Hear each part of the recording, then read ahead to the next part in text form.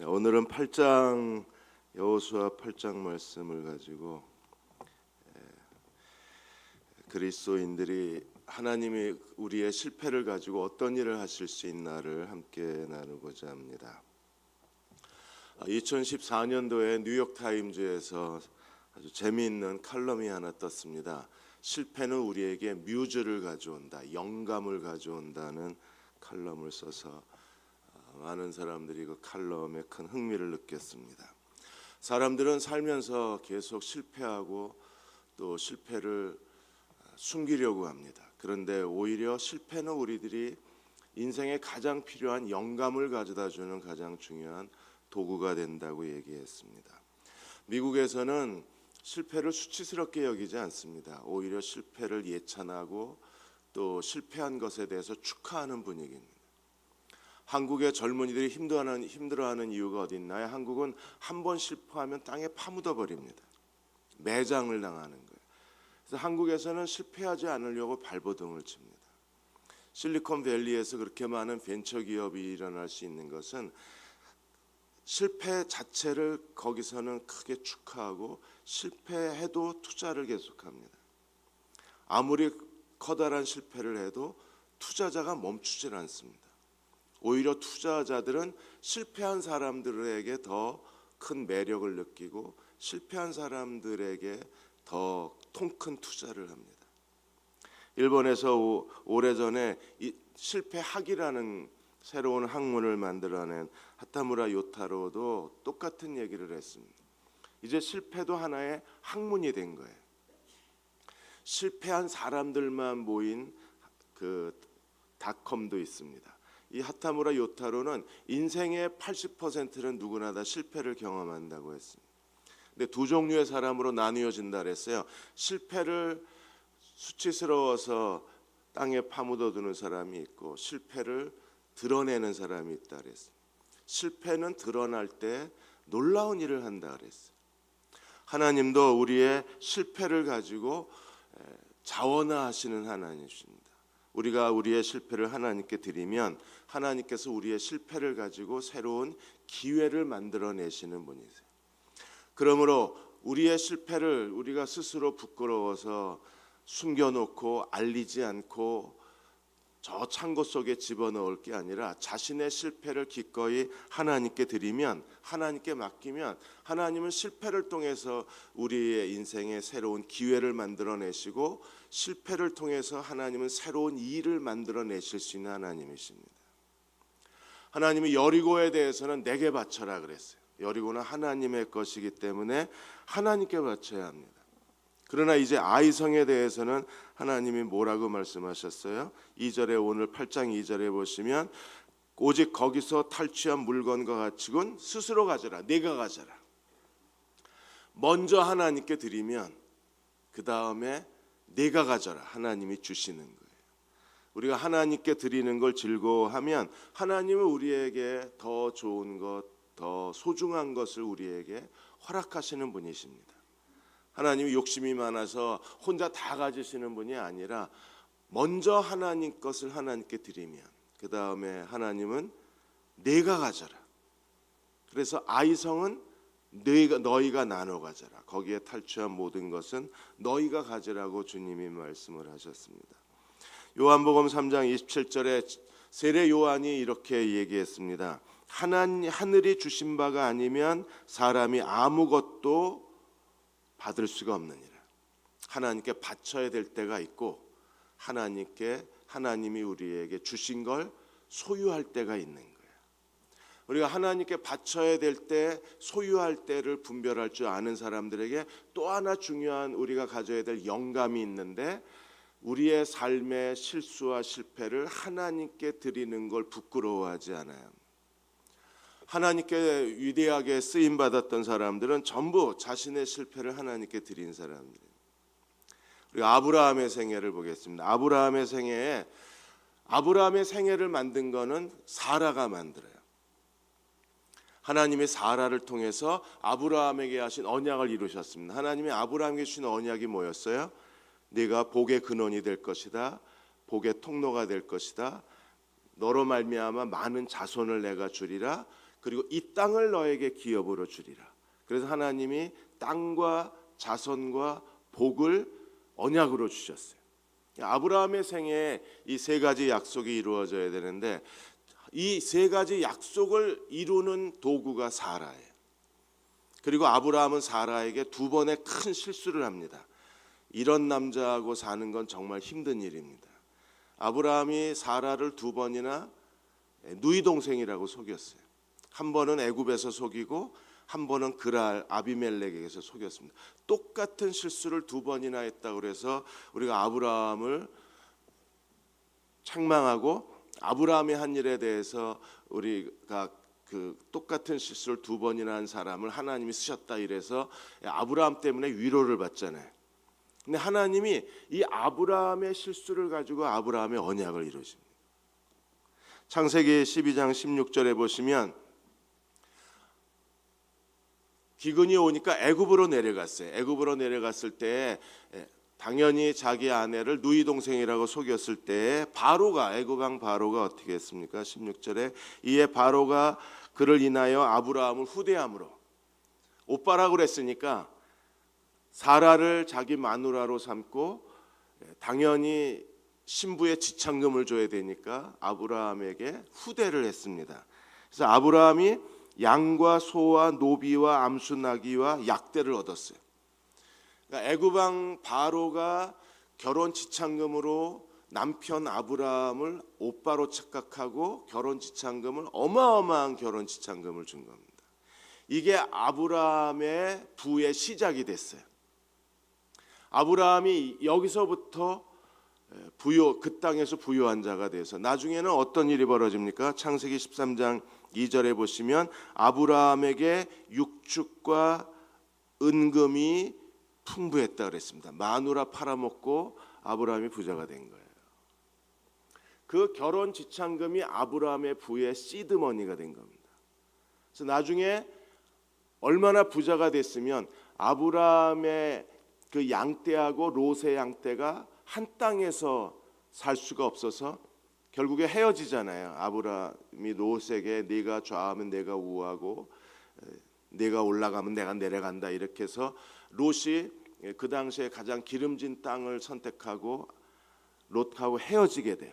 헤어져야 될 정도로 하나님께서 아브라함에게 부를 허락해 주셨는데 그 부가 어디서 왔어요? 바로에게서 왔어요. 왜 바로가 이렇게 많은 은금과 소떼 양떼를 줬어요? 마누라 팔아먹어서. 결국에 하나님이 바로를 막으시고 사라를 아브라함에게 돌려주셨잖아요. 그러니까 아브라함의 실수를 하나님이 오히려 축복하셔서 그게 아브라함의 부의 시작이 되게 하신 거예요. 아브라함이 재미가 들린 겁니다. 그래서 나중에 창세기 20장에서 한 번 더 마누라를 팔아먹습니다. 그랄 지방에 가서 아비멜렉 왕에게 가서 똑같은 말을 해요. 그때 사라의 나이가 거의 80세가 다 됐는데 얼마나 예뻤길래 80세인데도 이뻤나 봐요. 여러분도 80세에도 아름다우시기를 축원합니다. 사라의 딸들이시잖아요. 그러니까 80세가 돼도 이쁘셔야 돼요. 사라의 딸들이니까. 그래서 다시 한번 자기 아내를 누이 동생이라고 속이게 됩니다. 그것 때문에 하나님이 어떻게 하셨어요? 아비멜렉 집안에 속해 있는 모든 여자의 태를 닫아버리셨습니다. 하나님이 아브라함과 사라의 연고로 아비멜렉의 집을 저주를 하셔서 모든 태를 다 닫아버리셨습니다. 그리고 하나님께서 이 사라를 보호하시고 아브라함에게 뭐라고 말씀하셨어요? 아비멜렉에게 아브라함에 대해서 뭐라고 얘기하셨냐면 창세기 20장 17절에 보시면 아브라함이 선지자다. 그래서 아브라함이 기도해야 태가 열린다 그래서. 그러니까 아브라함이 선지자이기 때문에 기도해야 하나님이 닫아놓은 태는 하나님만이 여실 수 있잖아요. 그런데 아브라함이 기도해야 된다는 거예요. 그래서 실제로 창세기 20장 17절에 보시면 아브라함이 하나님께 기도하며 하나님이 아비멜렉과 그 아내와 여종을 치료하사 생산케 하셨으니 하나님이 닫아놓은 태를 아브라함이 기도하자 하나님이 태가 열려서 애들을 쑥쑥 낳는 겁니다. 그리고 하나님이 아브라함에게 나타나셔서 내년 이맘때에 네게 아들이 있으리라고 말씀을 하셨어요. 아브라함이 믿지를 못했습니다. 그런데 로마서 4장에 보시면 아브라함이 바랄 수 없는 중에 바라고 믿었다 그랬습니다. 하나님은 어떤 분이세요? 하나님은 없는 것을 있는 것처럼 부르시고 죽은 자를 다시 살리시는 하나님이심을 믿었다 그랬어요. 아브라함이 이 믿음을 어디서 얻었습니까? 아비멜렉의 이 그랄에서 얻은 거예요. 하나님이 태를 닫으시자 여자들이 아이를 못 낳는데 아브라함이 기도하자 태가 열린 겁니다. 당연히 아브라함이 여기서 하나님은 어떤 분이세요? 죽은 자를 다시 살리시고 없는 것을 있는 것처럼 부르신 하나님이시고, 하나님은 태를 열기도 하시고 태를 닫으신 하나님. 내년 이맘때에 사라에게 아들이 있으리라고 그랬을 때 하나님은 분명히 사라의 몸이 죽은 것 같이 됐지만, 그러나 이 죽은 태에서도 하나님은 얼마든지 열린 태, 생명의 태가 되실 수 있는 하나님이심을 믿는 믿음을 깨달은 게 바로 아비멜렉의 두 번째 사라를 자기 누이라고 속인 이 실수의 사건에서 아브라함이 믿음을 배워요. 그리고 하나님이 내년 이맘때에 사라에게 아들을 주셔서 이삭이 태어나는 겁니다. 아브라함의 생애에 가장 중요한 언약들이 전부 어디서 나와요? 아내를 누이 동생이라고 속인 아브라함의 실수에서부터 하나님이 그 실수를 기름 부으시고 실수를 축복하시고 실수를 하나님의 손에, 하나님이 그것을 손에 들고 하나님께서 역사하시자 아브라함의 실수가 하나님의 언약을 이루는 하나님의 도구가 되는 거예요. 우리도 기꺼이 우리의 실수를 하나님께 드려야 합니다. 그때 하나님은 우리의 실수를 가지고 하나님의 뜻을 이루시고 언약을 이루시고 우리에게 약속한 것을 행하시는 하나님이세요. 여러분이 아마 SBS에서 박모세가 나와서 찬송하는 것을 아마 보셨을 겁니다. 지금 벌써 23살이 됐죠. 모세는 엄마 뱃속에 있을 때부터 뒷머리가 없는 애였어요. 그래서 뇌가 흘러나왔습니다. 그러니까 엄마 뱃속에서 이 뇌가 흘러나와 있었던 아이였기 때문에 이 아이를 출산하는 것도 어려웠지만 이 아이가 출산하고 나서 흘러나온 뇌를 잘라내야 되잖아요. 뇌의 90%를 잘라냈습니다. 그래서 의사가 얘는 못 산다 그랬어요. 그런데도 이 모세 어머니는 살아나도 듣고 보고 말하는데 큰 장애가 있을 거라고 얘기를 했지만, 어머니는 그 아이를 뇌를 90% 잘라낸 그 아이를 통째로 하나님께 드립니다. 이 아이는 이제 하나님의 아이입니다. 그리고 하나님 앞에 기도하기를 시작을 합니다. 뇌가 10%가 남았어요. 이 10% 남은 뇌 가지고는 정상적인 인간으로 살 수가 없는 거예요. 일부러 엄마는 이 아이를 깨우기 위해서 모세가 반응을 하나 이래서 일부러 큰 소리를 내기도 하고 방문을 닫기도 하고 아이 침대를 들었다 놨다 하기도 하고, 그리고 계속 아이를 발로 차보고 혹시 들을까 해서 계속 엄마가 찬송을 불러줍니다. 5살 때 기적이 일어나죠. 찬송을 부르는데 모세가 따라 부르기를 시작을 하는. 그동안에 엄마가 불렀던 찬송을 이 아이가 거의 대부분 기억하고 엄마가 찬송을 부르는 걸 모세가 따라하기를 시작을 합니다. 놀라서 병원에 데려가서 뇌 MRI를 찍었습니다. 어떤 일이 벌어졌어요? 뇌가 자라기를 시작을 했어요. 의사도 놀라는 겁니다. 이건 도저히 의학적으로는 불가능한 일이다.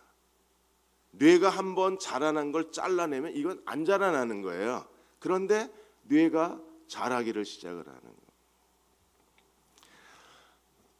엄마의 믿음이 기적을 이루어낸 겁니다. 이 아이를 통째로 하나님께 드렸을 때 하나님은 현대의학이 설명할 수 없는 기적을 행하기를 시작한 거예요. 암기력이 굉장히 뛰어납니다. 그리고 엄마 닮아서 이게 그 음악적 감각이 뛰어나잖아요. 그래서 TV에 나와서 모든 그 음악 무슨 뭐 노래 자랑하는 데 나와가지고 애가 뭐 우승하기도 하고 준우승하기도 하고 이러잖아요. 엄마에게 이 뇌가 흘러나온 아이는요, 엄마 평생의 수치입니다. 엄마 평생의 실패입니다. 물론 엄마가 그런 건 아니지만 그건 실패작이잖아요. 이건 어디다 세상에 내놓을 수가 없는 엄마의 치욕이잖아요. 평생 감추고 싶은 부끄러움이잖아요. 그런데 하나님께 드리자 하나님은 모세를 통해서 기적을 행하시고, 모세가 가서 찬양을 부르는 데마다 사람들은 하나님은 살아계시다고 고백하게 되는 거예요. 하나님 마음에 합한 다윗도 그의 실수와 실패를 하나님께 드렸을 때 하나님이 다윗의 실수를 통해서 놀라운 일을 하셨어요. 어떤 일을 하셨습니까? 하나님이 다윗이 성전을 짓고 싶어 했지만, 그러나 다윗에게는 성전 건축이 허락이 되지 않았어요. 누가 성전을 건축해요? 그 아들 솔로몬. 솔로몬은 어디서 태어난 아들이에요? 밧세바. 밧세바는 누구 마누라예요? 우리야. 다윗이 남의 아내를 뺏은 거예요. 이 인간이 남의 아내를, 그 우리야가 얼마나 충성된 사람이었어요. 그 아내를 목욕하는 거 한 번 보고 뺏었습니다. 여자가 왜 거기서 목욕을 하고 그걸 또 왜 들여다보고 앉았고. 그러니까 성경의 최초의 스토커가 다윗이에요. 남의 여자 목욕하는 거 들여다보고. 그 여자를 결국에는 그 전쟁 맨 앞에 보내가지고 우리아를 죽이고 아내를 빼앗잖아요. 이건 다윗의 인생에 어마어마한 범죄를 저지른, 이보다 더 부끄러운 죄가 없어요. 이보다 더 다윗의 인생에 큰 실수가 없는 거예요. 다윗의 인생이 계속 상승선을 올라가다가 밧세바 사건으로 인해서 다윗의 인생이 이제 하향선을 긋습니다. 다윗의 인생에 칼과 수치와 그리고 고통만이 있는 거예요. 밧세바 사건이 다윗의 인생을 둘로 꺾어버렸습니다. 근데 하나님이 거기서 다윗의 인생이 밧세바의 이 살인과 거짓과 그리고 이 간음의 죄를 짓는 데서 멈추게 한 게 아니라 다윗이 철저하게 회개했잖아요. 심지어 침대가 눈물에 뜰 정도로 다윗이 회개를 했습니다. 그렇게 철저하게 회개하니까 다윗의 실수와 실패와 죄악을 하나님이 축복하셔서 밧세바에게서 태어난 아들이 성전 건축가가 된 거예요. 솔로몬이 성전 건축하는 게 우리는 예정됐다 그러는데, 그러면 하나님은 뭐가 되십니까? 하나님이 다윗은 하기 싫었는데 하나님이 계속 꿈에 나타나셔서 다윗한테 야, 저 여자 이쁘지 않냐? 저 여자 진짜 이쁘다. 그리고 하나님이 목욕하기 싫어하는 밧세바한테 야, 목욕해라. 너 내일 오후 2시에 목욕해야 돼. 꿈에 계속 나타나셔서 1월 23일 오후 2시에 너 목욕해야 돼. 1년 전부터 계속 밧세바 꿈에 나타나셔서 1월 23일 오후 2시에 너 목욕해야 된다. 안 하면 너 저주를 하겠다. 문둥병이 들게 하겠다. 네 남편 죽이겠다. 계속 협박해서 하나님이 그러셨나요? 그리고 다윗한테 1월 23일 오후 2시에 넌 낮잠 자라, 낮잠 자라, 낮잠 자라 최면을 거시고, 낮잠 자고 일어난 다윗을 천사가 강제로 옥상으로 데리고 가서 눈을 확 열어놓고 눈 시력이 갑자기 12.0이 돼가지고 남의 집에 목욕하는 여자가 보이게 하셨나요? 아닙니다. 이건 다윗이 실수한 겁니다. 다윗이 실수한 걸 하나님이 다윗의 실수를 하나님의 섭리로 바꾸어 주신 거예요. 왜? 그렇게 철저하게 회개를 했으니까. 그는 정말 마음을 다해서 자기의 온 눈물과 마음을 쏟아서 하나님 앞에 회개했을 때 하나님이 다윗의 범죄를 오히려 하나님의 축복의 도구로 바꿔주신 거예요. 그리고 이렇게 말씀하셨어요. 역대상 28장 5절 6절에 보시면 여호와께서 내게 여러 아들을 주시고 그 모든 아들 중에서 내 아들 솔로몬을 택하사 여호와의 나라 왕위에 앉혀 이스라엘을 다스리게 하려 하실 때, 여러분 다윗에게 여러 아들을 주셨는데 그 모든 아들 중에서 하나님이 누굴 택하셨어요? 솔로몬. 그러면 처음부터 솔로몬을 태어나게 하시려고 하나님이 다윗과 밧세바를 범죄하게 하셨냐? 그럼 하나님은 악의 하나님이 되시는 거예요. 솔로몬이 태어나게 된 건 그나마 밧세바의 첫 아들은 하나님이 데려가시고 솔로몬이 둘째 아들인지 셋째 아들인지 어쨌든 밧세바 아들이잖아요.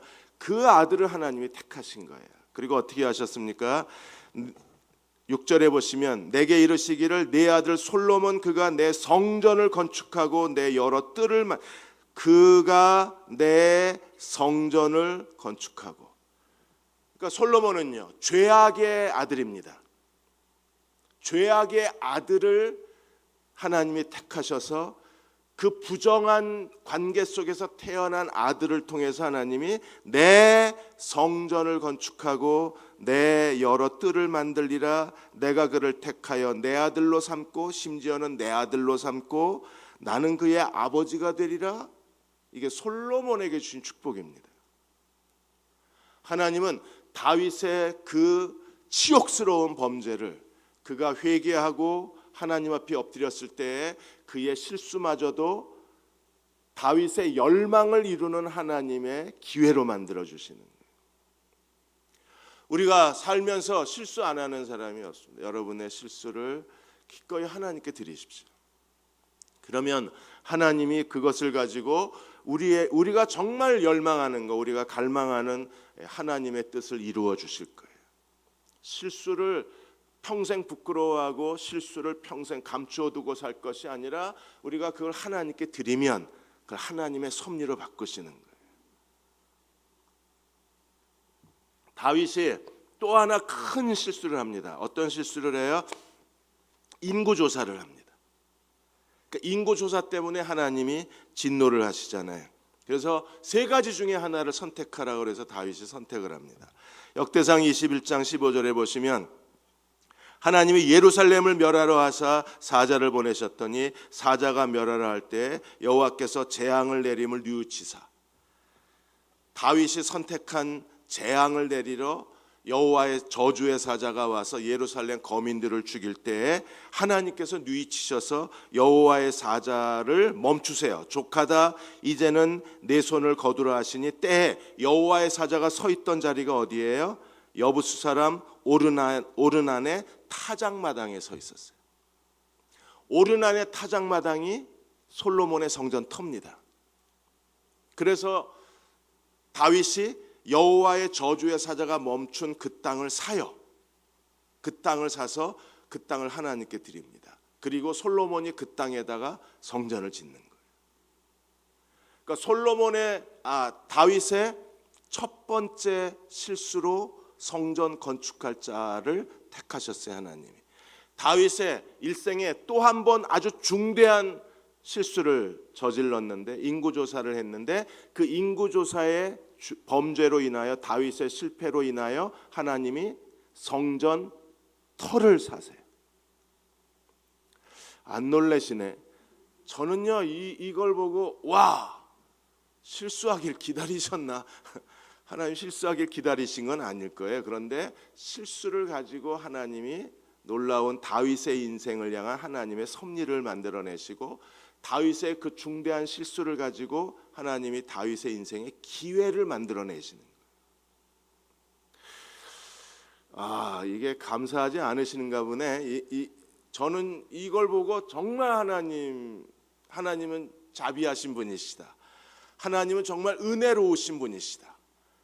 인간의 실수를 가지고도 인간의 기회를 만들어 주실 수 있는 하나님이시라면 우리가 그 하나님께 맡기지 못할 게 없잖아요. 뭐든지 우리의 가진 전부를 그분의 손에 맡길 수 있어요. 왜냐하면 하나님은 어떻게 쓰든지 인생에 기회를 만들어 내시는 분이시고 우리에게 기회를 주시는 분이시죠. 심지어 실패까지도 자원화하셔서 우리 인생의 자원으로 만드셔서 새로운 기회를 주시는 분이시잖아요. 이 하나님 놀랍지 않으십니까? 그냥 놀래는 표정이 그 정도 하신 거예요. 황재한 교수님, 황재한 교감 선생님이 계십니다. 이분이 음악 선생님이신데 그 두 눈을 시력을 다 잃어버리시고 오른팔이 없으신데 음악 선생님이세요. 그리고 피아노 연주자입니다. 이분이 수류탄을 갖고 놀다가 이게 터졌어요. 그리고 그 때문에 시력을 다 잃어버리고 이제 오른팔을 잃어버렸습니다. 그래서 이제 맹하학교에 들어가셨어요. 맹하학교에 들어가면 둘 중 하나입니다. 하나는 안마사가 되거나 또 하나는 점쟁이가 되거나. 둘 중 하나가 이제 그 앞에 기다리고 있는데 둘 다 안마사가 되기도 싫고, 왜? 팔이 하나 없잖아요. 그렇다고 점쟁이가 되기는 더 싫어서, 왜? 기독교인, 그리스도인이었기 때문에 점쟁이가 될 수는 없었습니다. 그런데 어느 날 피아노 소리를 듣고 나서 피아노 치고 싶다는 생각을 합니다. 그런데 시력을 다 잃어버리고 오른손이 없는데 피아노를 치고 싶은 거예요. 그래서 피아노 치고 싶다 그랬더니 주위 사람들이 다 반대를 하고 주위 사람들이 다 비웃었습니다. 심지어 맹하학교 교장 선생님도 너는 절대 안 된다. 다른 건 할 수 있어도 야, 피아노는 못 친다. 손이 하나밖에 없고 두 눈을 다 잃어버렸는데 어떻게 피아노를 치겠냐. 근데 혼자 몰래 다들 기숙사에서 잠이 들 때 혼자 가서 계속 혼자 피아노를 띵똥띵똥 친 거예요. 그리고 고등학교 3년 내내 피아노하고 같이 살았어요. 그냥 하루 종일 공부 시간 외에는 가서 피아노를 친 겁니다. 그러다 어느 날 왼손으로 연주하는 법을 배우기 시작하고 왼손으로 웬만한 곡은 다 연주하기 시작을 했어요. 그리고 이제 교원대에 들어가서 그가 교사 자격증을 따고 음악교사가 된 겁니다. 그리고 교회에서 요청이 있거나 아니면 여러 그 모임에서 연주 요청이 있으면 가서 왼손 하나 가지고 피아노 연주하기도 합니다. 여러분, 이거는요, 하나님이 한쪽 문을 닫으시면 한쪽 문을 여신다고 끝까지 하나님 앞에 인생의 새로운 기회를 요청하고 하나님께 끝까지 매달리고 거기에 자기가 할 수 있는 모든 피땀을 다 바치며 하나님은 우리에게, 다른 사람은 다 안 된다 그러고 불가능하다 그러고 그거 절대 있을 수 없다 그래도 하나님은 기회를 만들어 주시는 하나님이세요. 심지어 우리의 실수와 우리의 죄와 우리의 실패까지도 하나님은 기회를 만들어 내시는 거예요. 오늘 이스라엘 백성이 아이성에서 크게 패배했습니다. 그냥 있어야 되나요? 아니요. 아이성을 그냥 포기할 수 없습니다. 왜요? 아이성은 굉장히 중요합니다. 아이성을 정복해야만 아이성 정복을 지나서 에발산 그리심산에 제단을 세울 수 있기 때문에 아이성을 정복하지 못하면 에발산 그리심산에 가나안 땅에 첫 제단을 못 세워요. 그래서 반드시 아이성을 정복해야 합니다. 근데 하나님이 아이성을 정복한 방법이 무엇입니까? 매복 유인 작전입니다.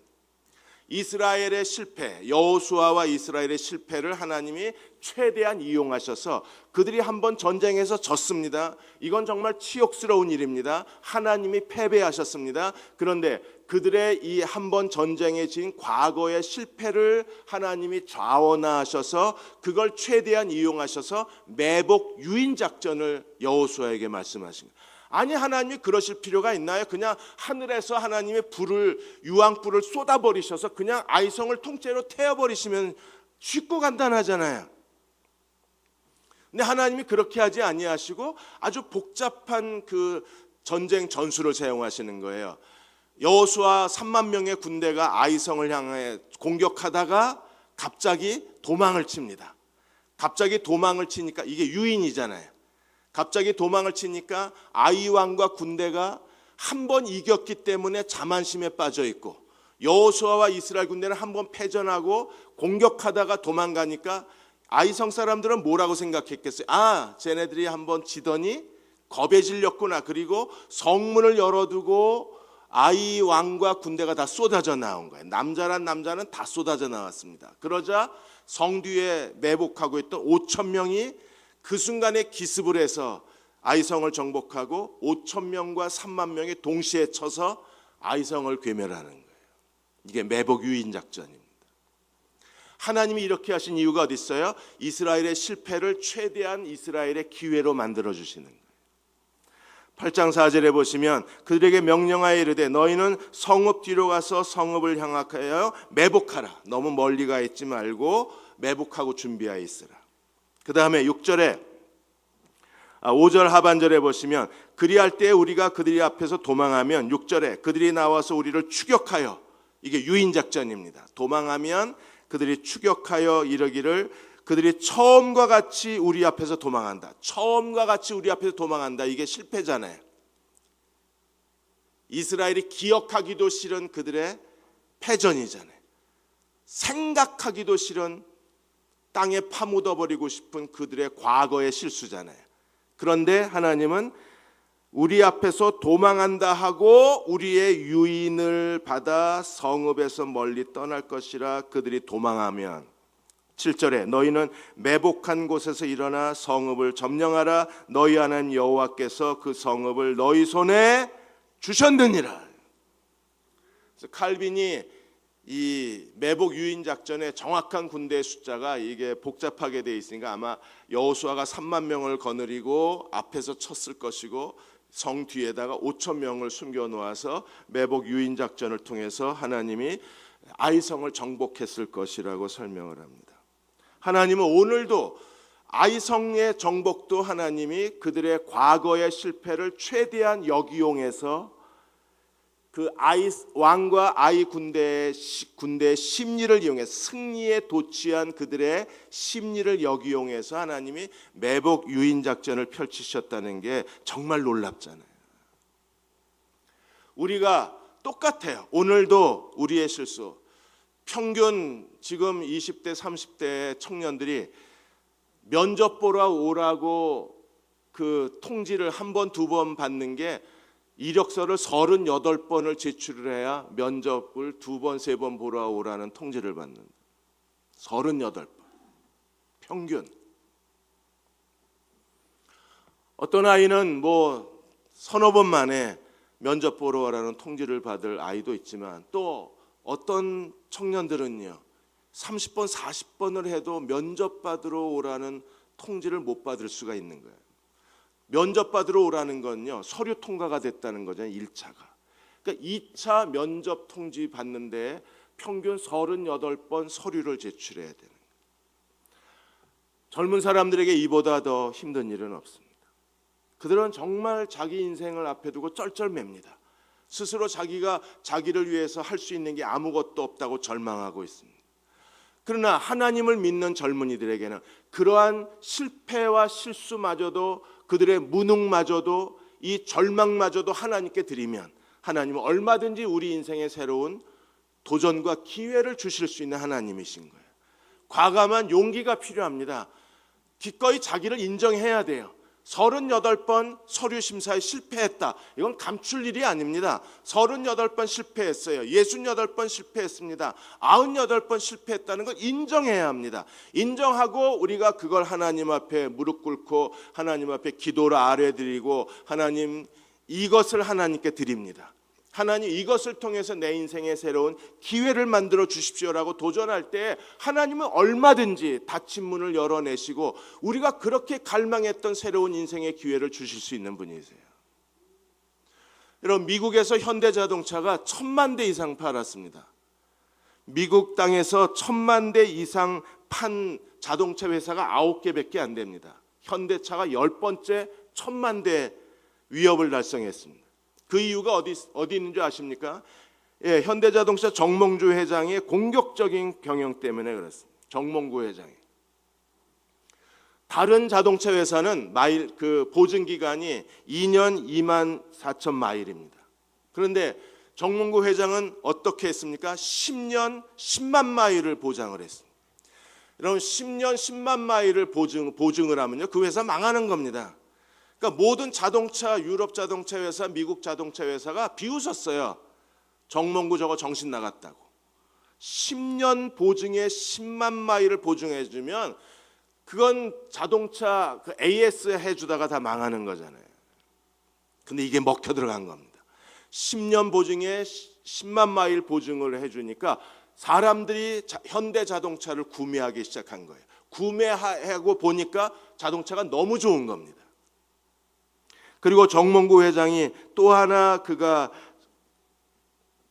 2008년도에 금융 위기가 오고 많은 미국인들이 실직했을 때 그가 또 하나 내건 그 마케팅이 뭐냐면 자동차를 사고 1년 안에 직장을 잃어버리면 자동차를 반납받겠다는 겁니다.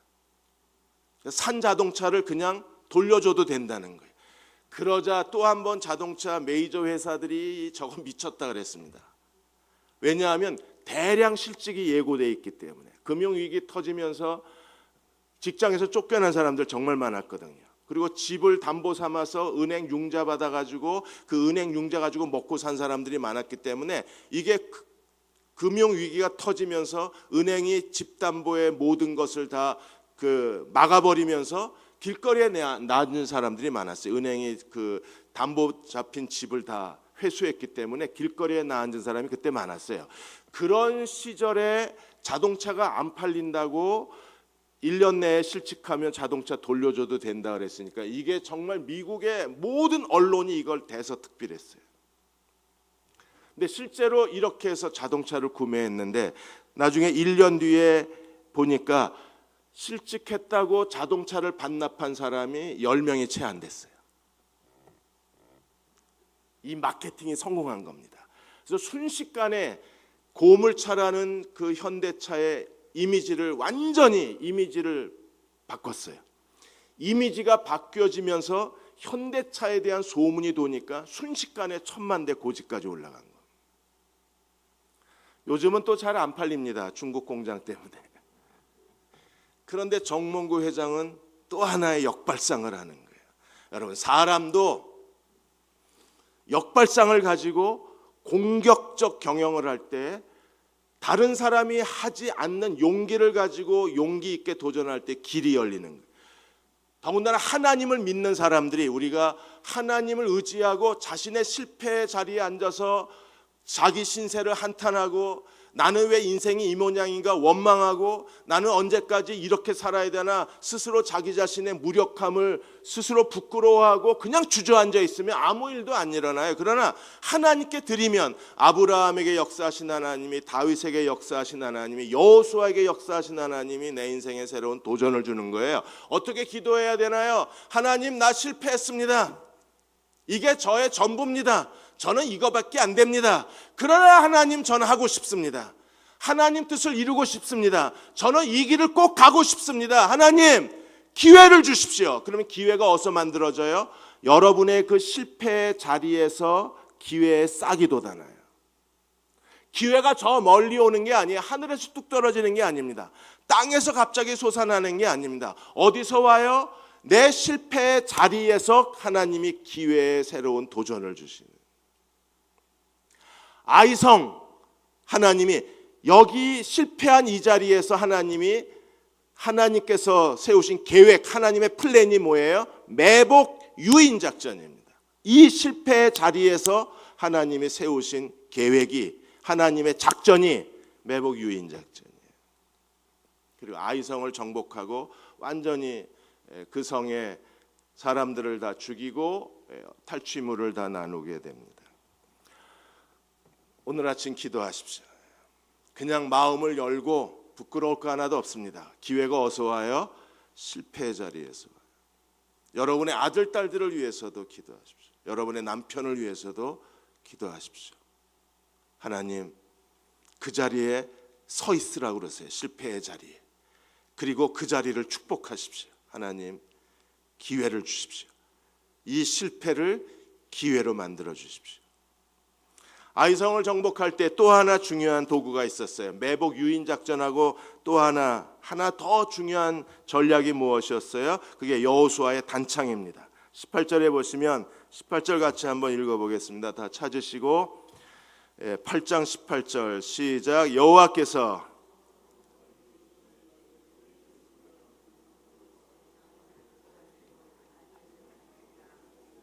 내가 이 성읍을 내 손에 넘겨주리라. 여호수아가 그의 손에 잡은 단창을 들어 그 성읍을 가리키니. 자, 26절입니다. 아이 주민들을 진멸하여 바치기까지 여호수아가 단창을 잡아든 손을 거두지 아니하였고. 그러니까 하나님께서 언제 이 매복 작전이 하나님의 신호가 뭐였어요? 매복 유인 작전의 신호는 여호수아가 단창을 들고 그 단창에 아침 햇살이 번쩍이는 순간에 성 뒤에 숨어있던 5,000명의 군대가 아이성으로 들이치고 도망치던 3만 명의 군대가 돌아서서 아이 군대를 밀고 성을 정복한 5,000명의 군대가 양쪽에서 협공을 해서 마침내 하나님의 작전이 성공합니다. 근데 그 하나님의 작전이 성공하기 위해서 하나님이 요구하신 게 뭐냐면 여호수아의 단창을 들고, 전쟁이 끝나서 아이를 진멸할 때까지 여호수아의 단창을 내리질 않았어요. 모세가 아말렉과의 전쟁에서 했던 거와 비슷합니다. 아말렉과 전쟁을 했을 때 여호수아가 전쟁에서 나가고 싸우고 모세는 어떻게 했어요? 손을 들었습니다. 모세가 손을 들면 이스라엘이 이기고 모세가 손을 내리면 아말렉이 이겼어요. 그러니까 모세가 손을 내리면 지는 거예요. 그래서 어떻게 했습니까? 모세를 앉히고 아론과 훌이 옆에서 모세의 손을 들고 올려놨어요. 모세가 손을 들고 있는 동안에는 여호와가 싸우심으로 여호수아가 아말렉을 완전히 승리하고 그곳을 여호와 니시, 하나님의 승리라고 이름을 붙이고 하나님은 아말렉과 대대로 싸우시리라고 전쟁을 선포하셨어요. 여호수아의 두 선입니다. 근데 아이성에서 하나님이 여호수아에게 단창을 들어라. 그리고 그 단창이 아이를 진멸할 때까지 내려오지 않았어요. 그리고 여호와가 싸우신 겁니다. 사랑하는 여러분, 이루는 교회에 단창이 들려 있어야 돼요. 이 단창은요, 목회자의 리더십입니다. 목사의 리더십이 아침 햇살에 번쩍거리고 살아있는 교회는 하나님이 그 교회를 축복하시고 하나님이 그 교회를 쓰실 수밖에 없습니다. 무엇보다도 이렇게 장로님과 목사님이 한 팀이 되어서 서로 존경하고 서로 사랑하고 서로 인정하고 서로를 격려하는 이 이루는 교회야말로 정말 여호수아의 단창이 들려있는 교회예요. 여러분, 이 교회 다닌 걸 정말 감사해야 됩니다. 대부분 교회가 10개 중에 9개 교회는요, 목사와 장로의 갈등이 일어납니다.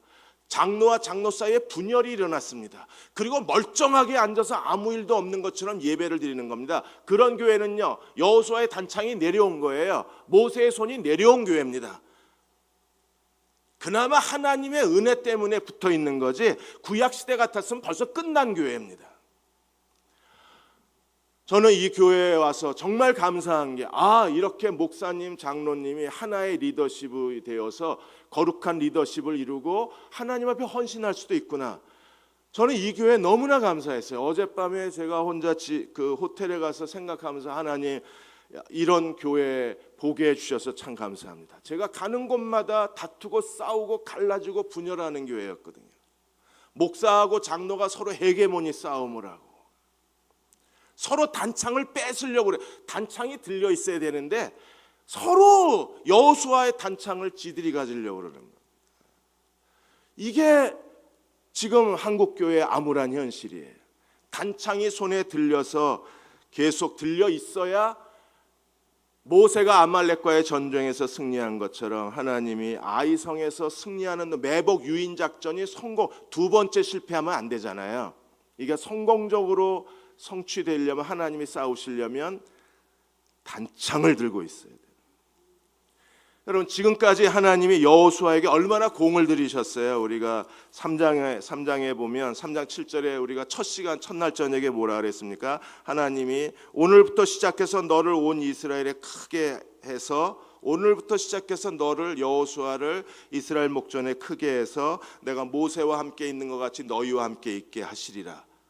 그리고 하나님 어떻게 여호수아를 크게 하셨습니까? 4장 14절에 가시면, 그러니까 하나님이 요단을 건너시고 여호수아를 이렇게 하셨어요. 요단을 건너셔서 4장 14절에 그날에 여호와께서 모든 이스라엘 목전에서 여호수아를 크게 하시며, 3장 7절에 약속한 것이 요단을 건너면서 약속이 성취가 돼서 하나님 여호수아를 크게 하셔서 그가 생전한 동안에 백성이 그를 두려워하기를, 누구를 두려워한 것과 똑같이 했어요?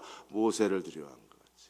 그리고 여리고를 무너뜨렸습니다. 여리고 정복한 다음에 하나님께서 여호수아에게 어떻게 하셨어요? 6장 27절에 여호와께서 여호수아와 함께 하시니 여호와의 소문이 온 땅에 퍼져버렸습니다. 그리고 단창을 딱 들자 순식간에 여호와께서 3만과 5만 이스라엘 군대와 더불어 실패했던 그 아이성, 하나님이 떠나셨던 그 아이성, 이스라엘이 기록에서 지워버리고 싶은 그들의 패전의 아이성을 하나님이 정복하시고 그 성을 하나님께 바치게 하신 거예요. 그리고 내가 가져라, 실패한 아이성을 하나님이 통째로 여호수아와 이스라엘에게 너가 가져라. 하나님이 그들의 소유물로 주신 거예요. 우리가 하나님의 목회자의 리더십, 목사와 장로님들의 영적 지도력이 여호수아의 단창처럼 빛나는 교회가 돼야 돼요.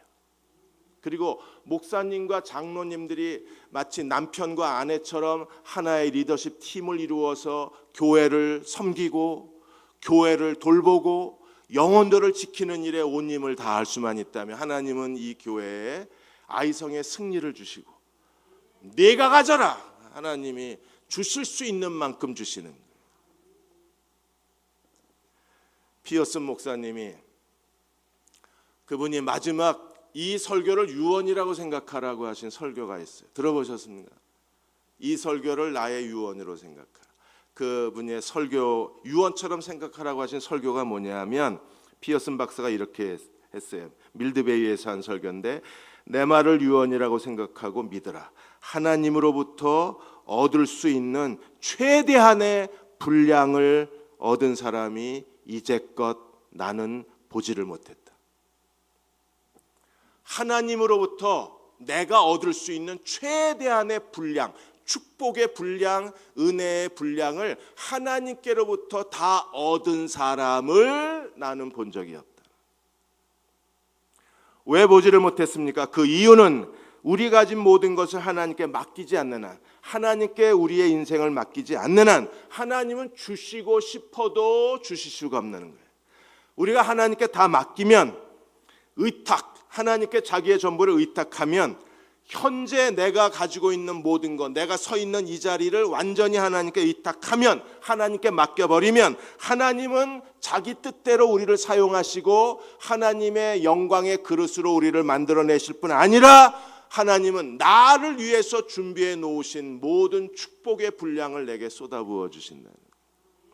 근데 왜 우리가 전부를 의탁하지 못합니까? 그 공동체 안에 영적 리더십이 살아있지 않다는 거예요. 영적 리더십이 살아있어야, 그래야 예배에 기름 부음이 있고 하나님 말씀에 모든 성도가 마음이 열리고 말씀으로 이끌림을 받으며 말씀 앞에 무릎을 꿇어야, 그래야 완전한 의탁이 이루어지는 거잖아요. 그 예배가 살아있고 하나님 말씀이 권세가 살아있으려면 여호수아의 단창이 들려있는 교회가 돼야 돼요. 그래서 피어슨 박사도 교회의 영적 리더십을 위해서 기도하라 그럽니다. 리더십이 살아있어야 된다. 권위주의가 아니라, 여러분 권위주의하는 목사는 보면 알잖아요. 저 인간이 갑질하고 있네. 자기 목사라는 권위를 내세우고 온갖 나를 섬겨라 이러는 목사는요, 이거는 목사가 아닌 거예요. 목사와 장로를 하나님 왜 세우셨어요? 영혼을 돌보고 영혼을 지키라고, 영혼을 섬기라고 우리를 부르신 거잖아요. 그래서 섬김의 리더십을 가지신 분들이 진짜 영적 지도자인 거예요. 목사님은 진짜 섬기시는 분이시죠. 딱 봐도 섬기시는 분이시잖아요. 장로님들도 어제 뵀는데 다들 그 섬김의 모습이 살아계시더라고요. 단창을 든 교회, 여러분 하나님이 이루는 교회에 단창을 들게 하신 것을 하나님 앞에 축복하고, 여러분들이 이 단창의 빛이 사라지지 않도록 계속 기도하셔야 돼요. 이루는 교회를 위해서 여러분들이 기도할 때 하나님, 여호수아의 단창이 빛나는 교회입니다. 우리 교회는 계속해서 이 영적 리더십의 단창이 들려있는 교회가 되게 해주십시오. 언제까지? 아이성을 진멸할 때까지. 언제까지 모세가 손을 들고 있어야 돼요? 아말렉을 진멸할 때까지. 하나님 나라가 확장될 때까지 리더십이 살아있게 해주십시오. 아이성을 정복한 다음에 30절에 35절까지 에발산 그리심산을 세운 겁니다. 이건 신명기에서 하나님이 모세를 통해서 이미 명령하신 거예요. 신명기 27장 1절에서 8절까지 보시면 협곡을 두고 마주보고 있는 두 개의 산이 있는데 에발산과 그리심산 중에 에발산은 저주의 산, 그리심산은 축복의 산을 위해서 하나님이 선택하셨고, 가나안 땅에 들어가면 이 에발산 그리심산에서 모든 백성이 다 좌우로 6지파 6지파씩 쓰고 이 축복의 말씀, 그리고 저주의 말씀을 에발산에서 낭독하라고 하나님 모세를 통해서 이미 명령하신 거예요. 그러므로 가나안 땅에 들어가면 그들은 모세의 명령에 따라서 에발산 그리심산에서 축복과 저주의 제단을 세워야 그 땅이 가나안 땅이 여호와의 땅이 되는 거예요. 그런데 이 에발산 그리심산에 제단을 세우려면 반드시 정복해야 되는 성이 아이성인 거예요. 근데 한번 아간의 죄 때문에 이 아간 때문에 아이성을 패배했잖아요. 아씨들이 문제입니다. 그런데 다시 정복하고 아이성이 정복되고 나서 비로소 세운 제단이 에발산 그리심산 제단이 된 거예요. 그 성은 반드시 정복해야 될 아이성은 반드시 정복해야 될 성이었었어요. 그리고 하나님은 여호수아와 이스라엘의 실패를 통해서 그들이 실패한 게 아니죠. 아간이 실패한 건데 결국 이스라엘이 실패한 게 됐으니까 그들의 실패를 통해서 아이성을 정복하신 거예요. 오늘도 하나님은 실패의 자리에서 새로 기회를 만들어 주시는 분이십니다. 국민일보의 새벽형 새벽 CEO 심재수 CEO에 대한 얘기를 아마 여러분 들으셨을 겁니다. 이분이 은행에 가면 그 돈 빼는 CD기 있죠. 이 CD기를 처음 개발하신 분이 심재수 사장이십니다. 그래서 일본의 후지스 프로텍하고 협찬을 해서 후지스 프론텍이 이 심재수 사장 회사에 투자를 하고 이 기술을 공유를 해서 그래서 전국 은행에 다 돈 빼는 CD기 사업을 했는데 이게 98년도에 IMF가 터지고 나서 이 심재수 사장 회사가 문을 닫게 생긴 거예요. 둘 다 썬데이 크리스찬이었습니다. 이제 부도나기 직전까지 된 거예요. 그래서 하나님 앞에 기도를 하는 겁니다. 하나님, 저 그리스도인인 거 세상 사람이 다 압니다. 만일에 그리스도인이 부도가 나면 하나님이 날 부도냈다 그럴 겁니다. 내가 만일에 알거지가 되면 하나님이 손해보는 겁니다. 하나님 어떻게 좀 도와주십시오. 그런데도 아무 응답이 없더래요. 그러던 어느 날 한 그 동업했던 사람이 와서 일산에 그 점장이가 사는데 아주 용하다고 거기를 찾아가 보랍니다. 그래서 토요일 날 부부가 일찍 아침을 먹고 차를 몰고 일산에 가서 점장이 집 앞에 갔는데 도저히 못 들어가겠대요. 그래서 남편이 여보 한 바퀴 돌고 점심 먹고 오자. 그래서 가서 한 바퀴 돌고 점심 먹고 다시 점장이 집에 왔는데 도저히 못 들어가겠답니다. 여러분 용기 있게 들어가는 그 점장이 집에 들어가는 사람들 많습니다. LA의 용한 점집에 그 어디 기자가 중앙일보 그 종교부 기자가 종교부장이시죠. 그분이 LA 점집에 한번 그 잠입해서 기사를 쓴 적이 있었어요. 그 점장이한테 이제 신년이 됐으니까 점치러 많이 오냐, 점치러 많이 온다. 어떤 사람들이 많이 오냐? 90%가 크리스찬이라는. 자긴 그리스도인이 아니면 먹고 살 수가 없답니다. 다행히 LA의 용한 점장입니다.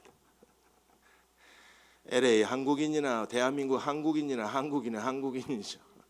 근데 더 충격적인 얘기, 목사도 많이 온. 그래서 종교부장이 놀라요. 목사가 왜 오냐? 어디에 개척해야 잘 되는지 물어본다. 미친 거 아니에요? 심지어 선교사까지 온대. 어느 나라 가야 되냐고. 아니 그걸 왜 거기 가서 묻고 앉았습니까? 딸랑딸랑 이 여자한테 하나님께 물어야지.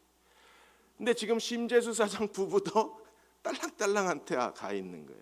못 들어가겠더랍니다. 그랬더니 아내가 뭐라 그러냐, 여보 우리 한번 새벽 기도 해보자. 생전 처음. 그래서 새벽 기도를 가려고 그러는데 못 일어나는 거예요, 심재수 사장이. 그러니까 아내만 먼저 본. 아내도 2주 나가고 들어 누웠어요. 몸살이 났어요. 이 새벽 기도 안 한 사람이 새벽 기도하면 몸살 나잖아요. 아내가 들어 누웠어요. 맨날 아내를 깨우고 여보 4시 반이야 교회가 이래 아내를 보내고 자기는 잤는데 이제 아내가 이제 당신이가 이러는 바람에 할 수 없이 이제 심재수 사장이 새벽 기도를 갔는데 새벽 기도 가서 놀란 거예요. 새벽에 너무 많은 사람들이 와서 기도하고 있으니까. 처음에는 설교가 하나도 귀에 안 들어오고 졸리기만 하더랍니다. 그런데 새벽 기도 나가고 한 달쯤 지나니까 설교가 귀에 들어오기 시작하더래요. 그래서 설교 노트를 만들었어요. 그분이 그때부터 98년도부터 시작해서 새벽 설교 노트를 다 했는데 2010년도에 새벽 설교 노트만 43권이라고 국민일보에 간증을 하는데 그 간증문에 43권을 썼대요. 그렇게 말씀에 빨려 들어간 겁니다. 6개월을 새벽 기도를 했습니다. 그러자 일본 후지스 프론텍이 전화가 왔어요. 이게 만일에 이 회사가 문을 닫으면, 부도가 나서 문을 닫으면 일본 후지스 합작회사라는 걸 이 업계가 다 아는데 자기네들 망신이 되겠다고 생각을 한 거예요. 그래서 일본 후지스 프론텍에서 사람이 와가지고 우리가 100% 투자를 해서 일본 후지스 프론텍 합작회사를 한국에 세우겠다. 그 당시만 해도 IMF가 터져가지고 웬만한 외국 기업들이 썰물처럼 다 빠져나가는 상황이었는데 후지스는 오히려 와가지고 우리가 100% 투자할 테니까 회사 세워라. 직원들이요 환호성을 지르고 우리는 살았다고. 심재수 사장도 할렐루야, 하나님 우리 나 기도대로 살아 감사합니다. 그런데 조건이 있는 거예요. 후지스가 당신이 CEO를 하면 회사를 세우겠다.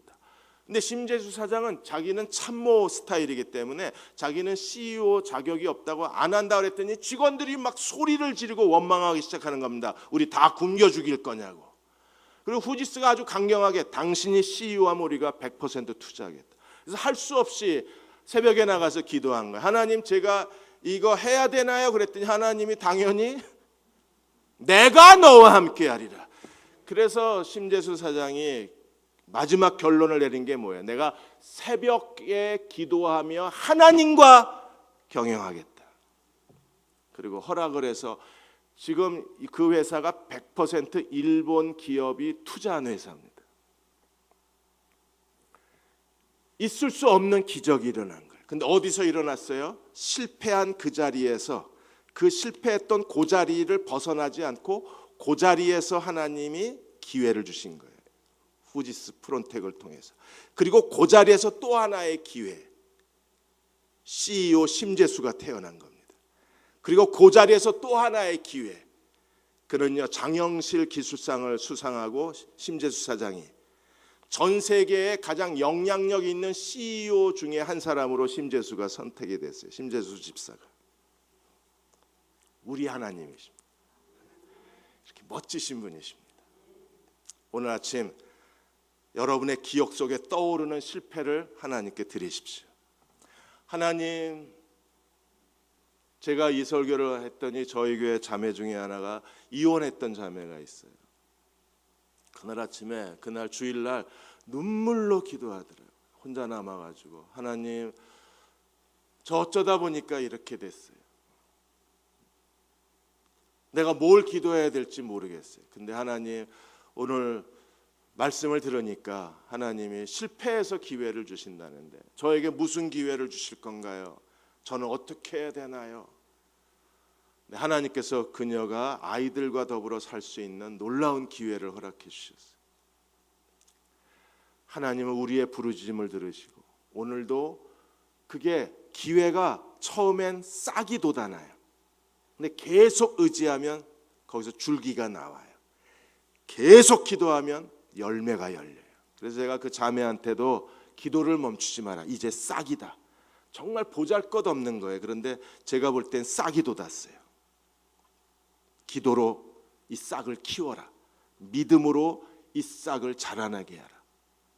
그러면 하나님이 여기서 어떤 열매를 매주 거두실지 우리 한번 지켜보자. 저도 같이 기회가 될 때마다, 생각날 때마다 중보 기도를 합니다.